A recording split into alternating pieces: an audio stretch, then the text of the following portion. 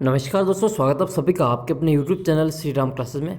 और आज हम बात करेंगे हिंदी और संस्कृत की शिक्षण विधियों की, जो कि पिछली प्रतियोगी परीक्षाओं में पूछे गए प्रश्न हैं। आप देख सकते हैं यूपी टेट में जो हिंदी और संस्कृत के प्रश्न पूछे गए थे वो प्रश्न आपको इस वीडियो में देखने को मिलेंगे। इससे पहले मैंने 25 प्रश्नों का एक वीडियो अपलोड कर रखा है, प्रश्न संख्या 51 से 75 तक। आज हम इसके आगे वाले प्रश्नों को सोल्व करेंगे। तो आज हम 51 के बाद में यानी कि 76 के बाद में जो 100 नंबर तक के जो प्रश्न होंगे उन प्रश्नों को हल करेंगे। तो अगर आपने वो पुराना वीडियो नहीं देखा पहले वाले प्रश्नों का, तो लिंक दे दूंगा डिस्क्रिप्शन बॉक्स में, वहाँ से वो देख सकेंगे। आइए देखते हैं प्रश्न नंबर 76। पहले नियम बताकर उदाहरण दिया जाता है, तो यह कौन सी विधि में दिया जाता है? ये यूपी टेट 2016 में प्रश्न पूछा था। हिंदी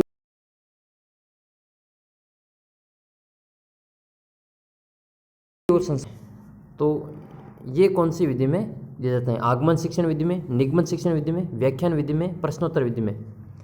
तो इसका जो करेक्ट आंसर होगा वो 76 का करेक्ट आंसर बी हो जाएगा, बी निगमन विधि। निगमन विधि में पहले आपको नियम बताए जाते हैं, उसके बाद में आपको उदाहरण दिए जाते हैं।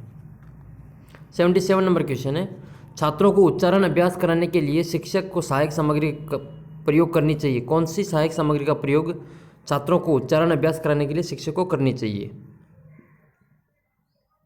श्यामपट्ट, tape recorder, flash card, radio.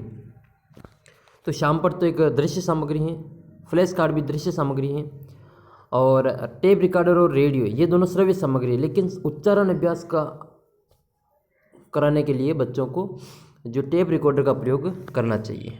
Correct answer हो जाएगा टेप रिकॉर्डर। 78 का नंबर क्वेश्चन आपके सामने है, संस्कृत में कथा शिक्षण का उद्देश्य नहीं है। कथा शिक्षण का उद्देश्य नहीं है, इनमें से कौन सा उद्देश्य कथा शिक्षण का नहीं है? छात्रों की कल्पना शक्ति का विकास करना, छात्रों को संस्कृत ध्वनि विज्ञान से परिचित कराना, छात्रों की तर्क शक्ति को विकसित करना, और छात्रों का उत्तम चरित्र निर्माण करना। इसका जो करेक्ट आंसर है वो बी ऑप्शन हो जाएगा, छात्रों को संस्कृत ध्वनि विज्ञान से परिचित करना। ये कथा शिक्षण का उद्देश्य नहीं है। प्रश्न नंबर 79, उच्च प्राथमिक स्तर पर छात्रों की परीक्षा प्रणाली कैसी रहेगी? उच्च प्राथमिक स्तर पर कक्षा 6 से 8 तक की जो परीक्षा है वो किस प्रकार की होनी चाहिए? केवल लिखित होनी चाहिए, केवल मौखिक होनी चाहिए, शास्त्रार्थ होनी चाहिए, या फिर लिखित और मौखिक दोनों होनी चाहिए? तो करेक्ट आंसर हो जाएगा लिखित और मौखिक दोनों। अगला प्रश्न है, छंदोबद्धता होती हैं। छंदोबद्धता किस में होती है? गद्य पाठों में, नाटक पाठों में, पद्य पाठों में, या कहानी पाठों में? तो जो छंदोबद्धता होती हैं वो पद्य पाठों में, जो कविता वाले पाठ होते हैं पद्य पाठ, उसमें छंदोबद्धता होती हैं। 81 नंबर क्वेश्चन है, इनमें से कौन सा श्रव्य दृश्य दोनों है? कौन सा उपकरण श्रव्य दृश्य दोनों उपकरण के रूप में काम में लिया जाता है? तो tape recorder, chart, television, gramophone. तो टेप रिकॉर्डर श्रव्य साधन है, चार्ट दृश्य साधन है, ग्रामोफोन श्रव्य साधन है, लेकिन टेलीविज़न जो है वो श्रव्य दृश्य ऑडियो विजुअल दोनों के रूप में इसको काम में लिया जाता है। नेक्स्ट क्वेश्चन है 82, शिक्षार्थियों में किस विधि के द्वारा सर्वाधिक रुचि जागृत होती है? कौन सी विधि के द्वारा शिक्षार्थियों में सर्वाधिक रुचि का जागृत होता है? पुस्तक विधि से, श्रव्य दृश्य सामग्री द्वारा, कक्षा कक्ष के वातावरण के द्वारा, फिल्मों के द्वारा? तो 82 का जो करेक्ट आंसर होगा वो, इसका जो सबसे मजबूत उत्तर है वो बी हो जाएगा, श्रव्य दृश्य सामग्री के द्वारा जो बच्चे होते हैं उनमें सर्वाधिक रुचि का विकास होता है, सर्वाधिक रुचि जागृत होती है। अगला प्रश्न है 83, संप्रेषण का कार्य क्या है? ज्ञानेंद्रियों को क्रियाशील बनाना, कर्मेंद्रियों को क्रियाशील करना, अनुभूति करना, या उपरोक्त सभी? तो उपरोक्त सभी इसके जो कार्य हैं संप्रेषण के, ज्ञानेंद्रियों को क्रियाशील करना भी है, कर्मेंद्रियों को क्रियाशील करना भी है, और अनुभूति कराना भी है। तीनों के तीनों ऑप्शन सही है, तो उपरोक्त सभी। प्रश्न नंबर 84, छंदानुगत शिक्षण प्रणाली किस में होती है? नवंबर 2018 में पूछा था प्रश्न, छंदानुगत शिक्षण प्रणाली व्याकरण में, पद्य में, गद्य में, कथा में? तो रिपीटेड क्वेश्चन है, करेक्ट आंसर होगा सी। करेक्ट आंसर होगा इसमें पद्य। 84 में जो करेक्ट आंसर है वो बी है, इसमें पद्य। छंदानुगत जो है वो पद्य में होता है, कविता शिक्षण से संबंधित इसमें होता है। अगला प्रश्न, हितोपदेश का संबंध किस विधि से है? हितोपदेश का संबंध किस विधि से है? सूत्र विधि, कहानी विधि, भाषण विधि, उपरोक्त सभी? तो हितोपदेश का जो संबंध है वो कहानी विधि से है, इसका संबंध कहानी कथन विधि से है। करेक्ट आंसर हो जाएगा बी ऑप्शन।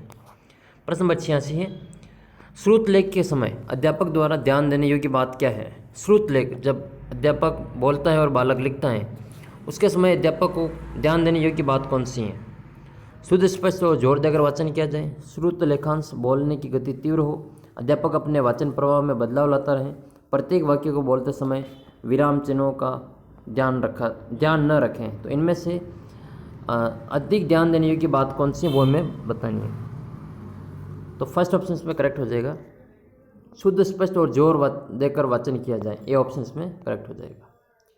87 नंबर प्रश्न है, वाद विवाद प्रतियोगिता अधोलिखित में से किस कौशल के विकास में सहायक है? वाद विवाद पठन कौशल में, लेखन कौशल में, भाषण कौशल में और श्रवण कौशल में।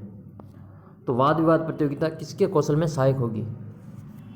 तो वाद विवाद में क्या होते हैं, बोलना पड़ता है, तो ये भाषण कौशल से संबंधित है। प्रश्न नंबर 88 है, शिक्षण विधि का अभिनव विधि कौन सी? अभिनव यानी कि नवीनतम। अभिनव विधि कौन सी है? प्रत्यक्ष विधि, भाषा प्रयोगशाला विधि, हर्बर्टीय शिक्षण विधि या व्याख्या विधि? तो इनमें से जो सबसे अभिनव विधि है वो भाषा प्रयोगशाला विधि।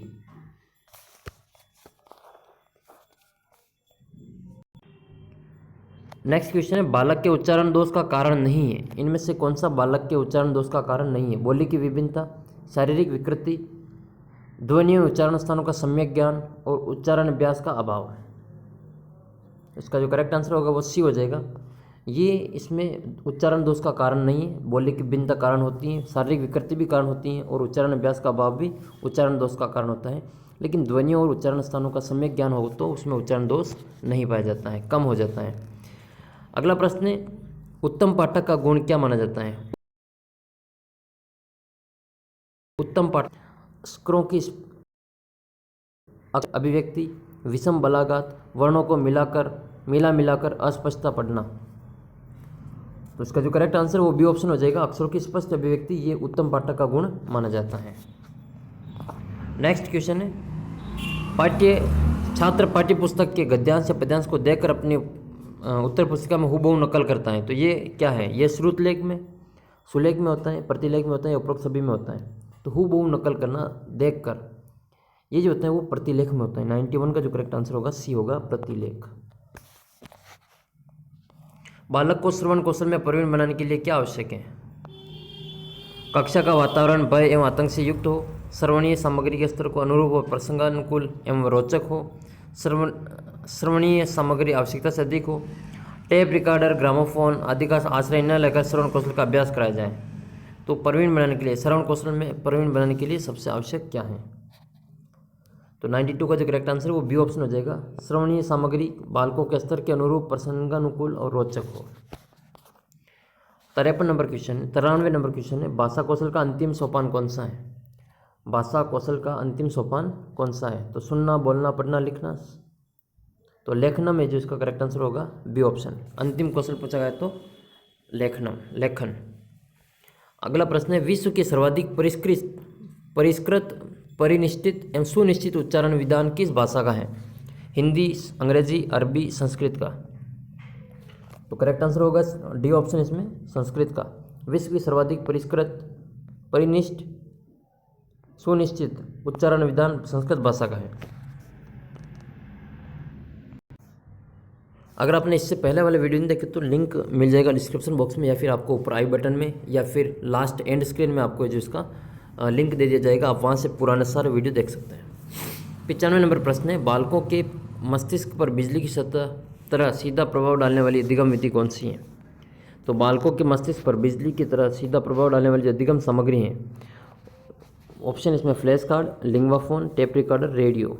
तो फ्लैश कार्ड जो होती है वो बालकों के मस्तिष्क पर बिजली की तरह सीधा प्रभाव डालते हैं। और अगला क्वेश्चन इसमें, एक कुशल संस्कृत अध्यापक को सर्वाधिक अध्ययन करना चाहिए, अध्यापन करना चाहिए, सर्वप्रथम शिक्षण योजना बनानी चाहिए और कक्षा में प्रवचन करना चाहिए। तो एक कुशल संस्कृत अध्यापक होता है वो सर्वप्रथम शिक्षण योजना उसको बनानी चाहिए। 96 का करेक्ट आंसर होगा सी। 97 नंबर क्वेश्चन है, निम्न में से कौन सा उपकरण दृश्य श्रव्य है? दृश्य श्रव्य, television, flash card, lingua phone, चित्र। तो करेक्ट आंसर हो जाएगा टेलीविज़न। नेक्स्ट है, संस्कृत व्याकरण सम्मत भाषा का प्रयोग करने की क्षमता का विकास होता है? अनुकरण विधि से, ध्वनि साम्य विधि से, सुनो और बोलो विधि से, स्वर उच्चारण विधि से। तो प्रश्न नंबर 98 का जो करेक्ट आंसर है वो सी ऑप्शन हो जाएगा, सुनो और बोलो विधि से व्याकरण सम्मत भाषा का प्रयोग करने की क्षमता का विकास होता है। अगला प्रश्न है, सस्वर पठन आवश्यक है? सस्वर पठन आवश्यक है शुद्ध उच्चारण के लिए, भाषा ग्रहण के लिए, काठिन्य निवारण के लिए, बोध प्रश्न के लिए। तो 98 का जो करेक्ट आंसर है वो स्वस्वर पठन का जो आवश्यक है वो भाषा ग्रहण करने के लिए आवश्यक है। अंतिम प्रश्न है, अध्यापक छात्रों की प्रगति कैसे एवं किस प्रकार जान सकता है? समय समय पर छात्रों की परीक्षा लेकर, छात्रों की प्रशंसा सुनकर, प्रतिदिन परीक्षा लेकर, पाठ्यक्रम पूर्ण करके। तो इसका उत्तर आपको कमेंट करना है कि एक अध्यापक छात्रों की प्रगति कैसे और किस प्रकार जान सकता है। इसका जो सही उत्तर है वो आपको कमेंट करना है। ऑप्शन आपके सामने है, समय समय पर छात्रों की परीक्षा लेकर, छात्रों की प्रशंसा सुनकर, प्रतिदिन परीक्षा लेकर और पाठ्यक्रम पूर्ण करके। पुराने वीडियो का लिंक मैं नीचे दे रहा हूँ, वहाँ से आप देख सकते हैं और आगे के और आने वाले वीडियो देखने के लिए आप चैनल को सब्सक्राइब कर सकते हैं। जल्दी मिलते हैं अगले वीडियो में, तब तक जय हिंद, जय भारत।